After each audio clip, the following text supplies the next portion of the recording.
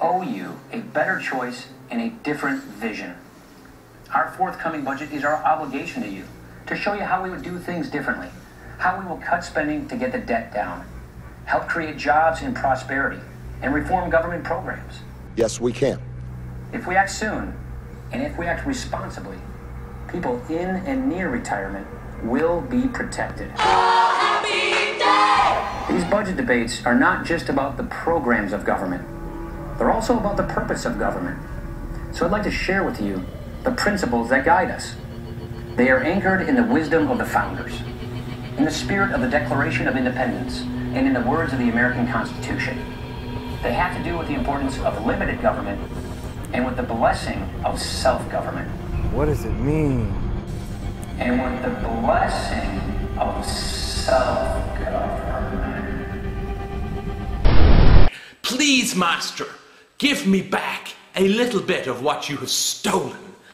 The reality of the state is that they'll take whatever they want from you because they have the guns and the jails and the military, and that they will attempt to bribe you to get you to participate and give them moral sanction for their theft by getting you to participate in a system that allows you to choose this, that, and the other. Of course, you can only choose your master. You can't choose not to be a slave, which of course is why the whole thing is so patently ridiculous. We believe government's role is both vital and limited to defend the nation from attack and provide for the common defense, to secure our borders, to protect innocent life, to uphold our laws and constitutional rights, to ensure domestic tranquility and equal opportunity, and to provide a safety net, to help provide a safety net for those who cannot provide for themselves. We believe that the government has an important role to create the conditions that promote entrepreneurship, upward mobility, and individual responsibility. We believe, as our founders did, that the pursuit of happiness depends on individual liberty, and individual liberty requires limited government. And individual liberty requires limited government. The whole reason we have elected officials is so we don't have to think all the time. You know, for years I was one of these people. We got to return to what the founding fathers thought. We got to get back to the 10th Amendment. We got to return to the Constitution.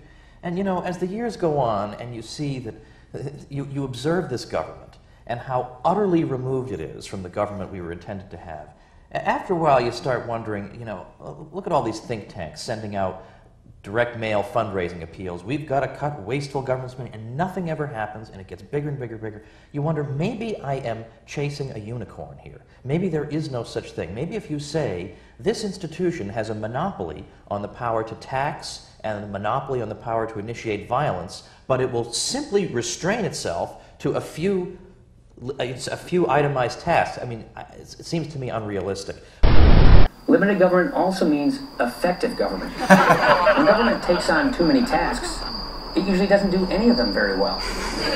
It's no coincidence that trust in government is at an all-time low, now that the size of government is at an all-time high. Your government cannot protect your property by stealing half of it first. It cannot protect your life by threatening you with endless violent edicts. It cannot protect your money by forcing you to use a currency that it counterfeits at will. It cannot protect your children by sealing them up in 18th century mental prisons for years, while selling their futures off to the highest bidder. Statism has its churches, its symbols, its deities, its rewards and punishments. And it relies on the control and abuse of children. The parallels are obvious and endless.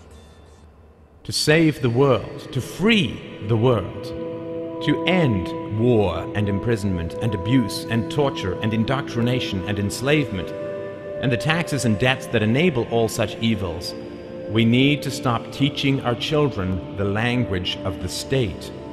If we raise our children without aggression, without raising our voices, without raising our hands, without bullying, without control, without punishment and manipulation, with gentleness and firmness and love, they will never fear authority.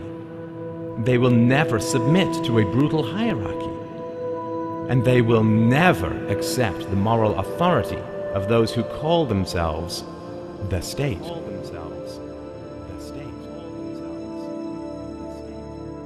It's impossible for any one human mind to amass all the knowledge that would be necessary if you wanted to centrally plan society. Everybody's got his own localized knowledge. You wouldn't know where to begin. It would be impossible, it would be the height of hubris to think you could substitute your judgments for the judgments of hundreds of millions or billions of people who actually have the relevant knowledge necessary.